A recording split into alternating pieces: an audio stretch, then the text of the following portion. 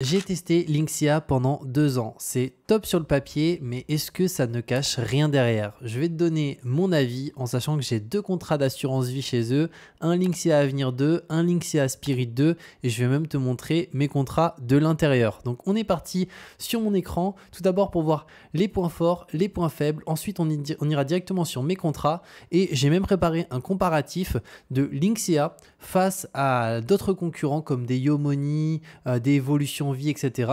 pour voir en termes de frais notamment qu'est-ce qui est le plus intéressant.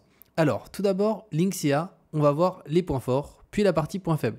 Donc au niveau des points forts, le premier c'est des frais très faibles. Donc il n'y a aucun droit d'entrée, il n'y a aucun coût d'arbitrage et il y a des frais de gestion qui sont très bas par rapport au marché, comme tu vas le voir par rapport à d'autres concurrents qui sont présents en assurance vie. Deuxième point fort, c'est qu'il y a une gamme diversifiée pour répondre à tous les besoins. Donc moi, tu le sais, sur cette chaîne, j'investis exclusivement en ETF. Donc là, mes 2 assurances vie que j'ai chez eux, il y a un simple ETF dans chacune d'entre elles.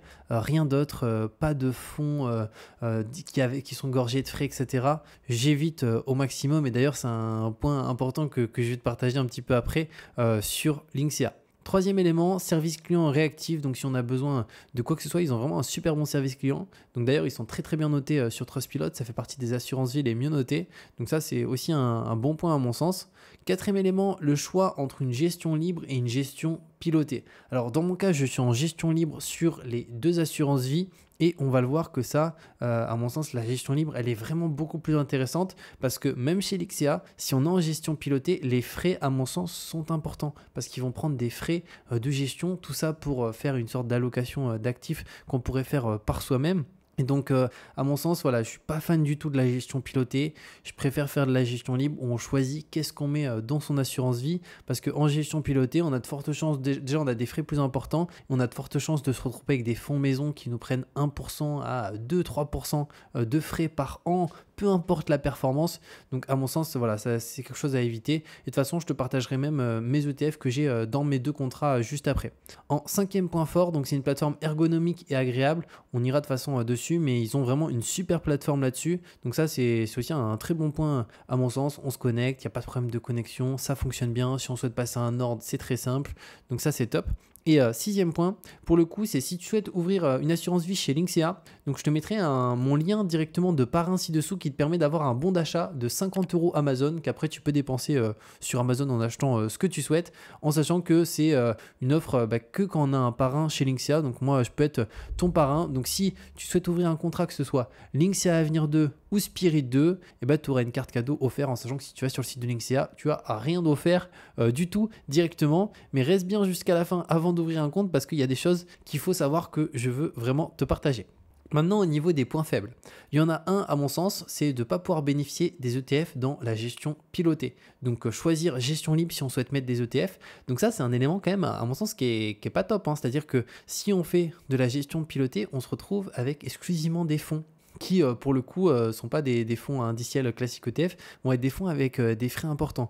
Donc c'est pour ça que si on souhaite avoir les frais les plus faibles possibles, la gestion libre est indispensable.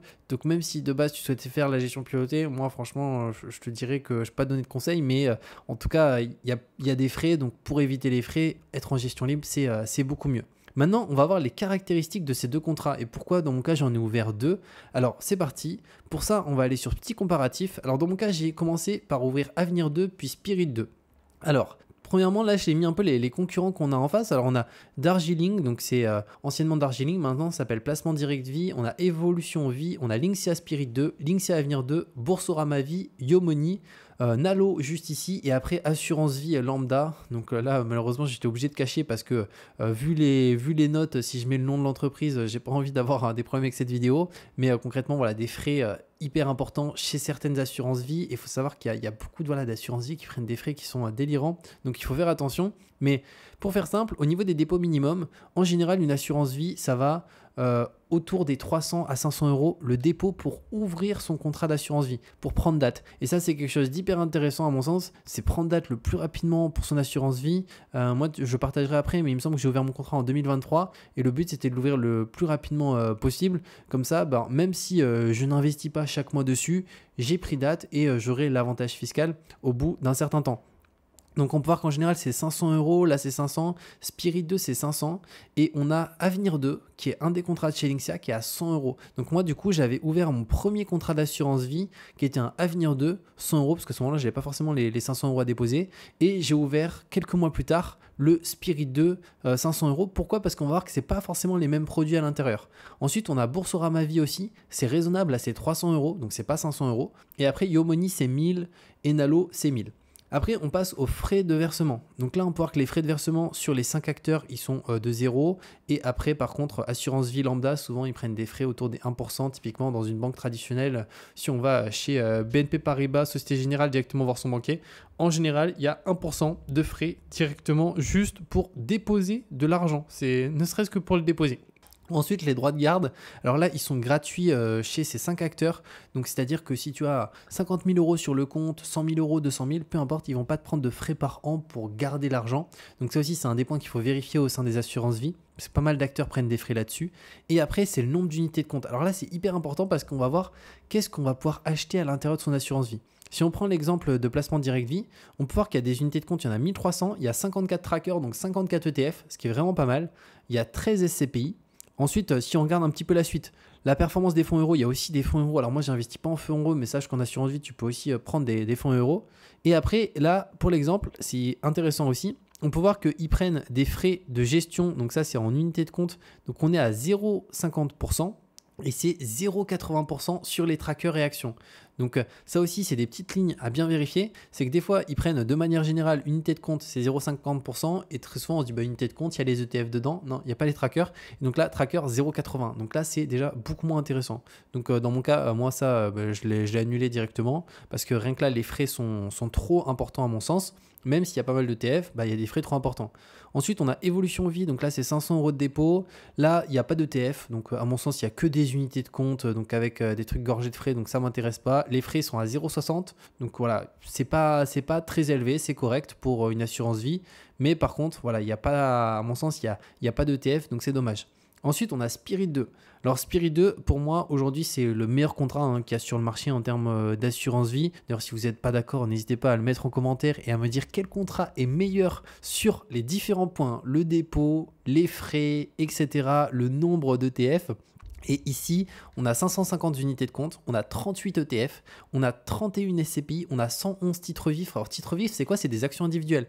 Donc, typiquement, il y a des actions Apple, des actions Amazon au sein d'une assurance vie. Et ça, c'est vraiment cool parce que la majorité des assurances vie ne permettent pas d'acheter des actions individuelles. Donc, moi, j'investis qu'en ETF, mais je sais que certaines personnes sur la chaîne aiment beaucoup tout ce qui est actions individuelles. Dans ce cas-là, c'est possible d'avoir des actions individuelles de grosse capitalisation en assurance vie, ce qui est vraiment quelque chose de super. Au niveau ensuite là du fonds euro, on peut voir qu'il est à 2,30. Alors ça bouge en temps réel, donc à voir en fonction des périodes.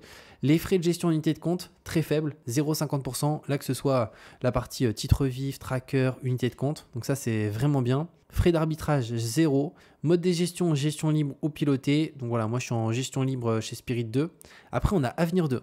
C'est le premier contrat que j'ai ouvert. D'ailleurs, si jamais on doit ouvrir un contrat et je devais le refaire, j'aurais fait pareil. J'aurais commencé par Avenir 2 directement. À part si j'ai 500 euros là tout de suite à mettre, j'ouvre direct un Spirit 2.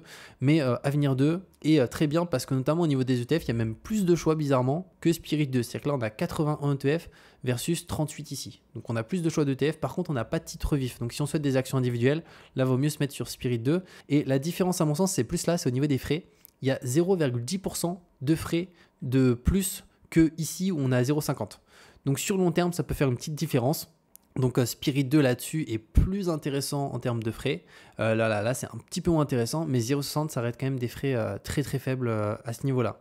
Ensuite, on a Boursorama Vie juste ici, donc là c'est 300 euros. On a 34 ETF, ce qui est bien. Les frais sont à 0,50, donc aussi c'est très bien. On a de la gestion libre ou gestion pilotée, donc aussi être en gestion libre pour avoir ces frais-là et pas des frais plus élevés.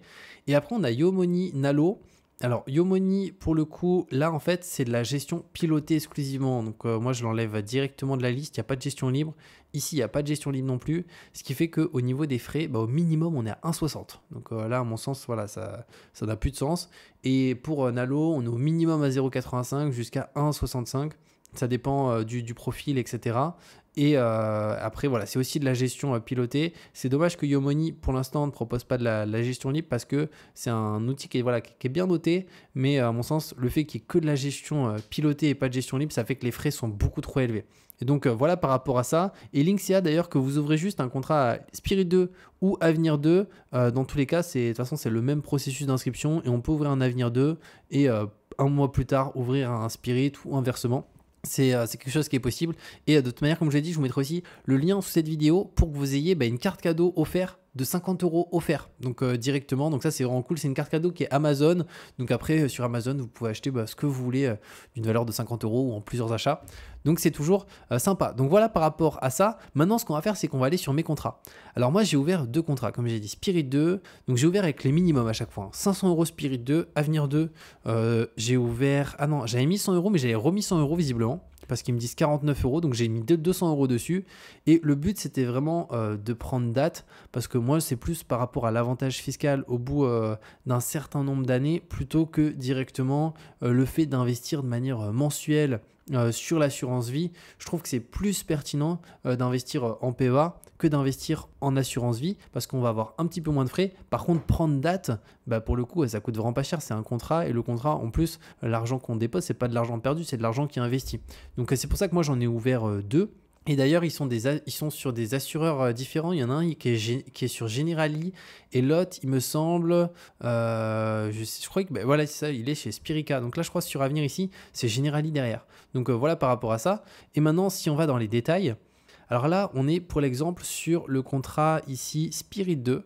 Donc on peut voir que j'ai déposé 500 € juste ici, mode de gestion libre, donc je ne suis pas en gestion pilotée. On peut faire des versements programmés, donc faire un DCA, c'est quelque chose qui est possible en automatique.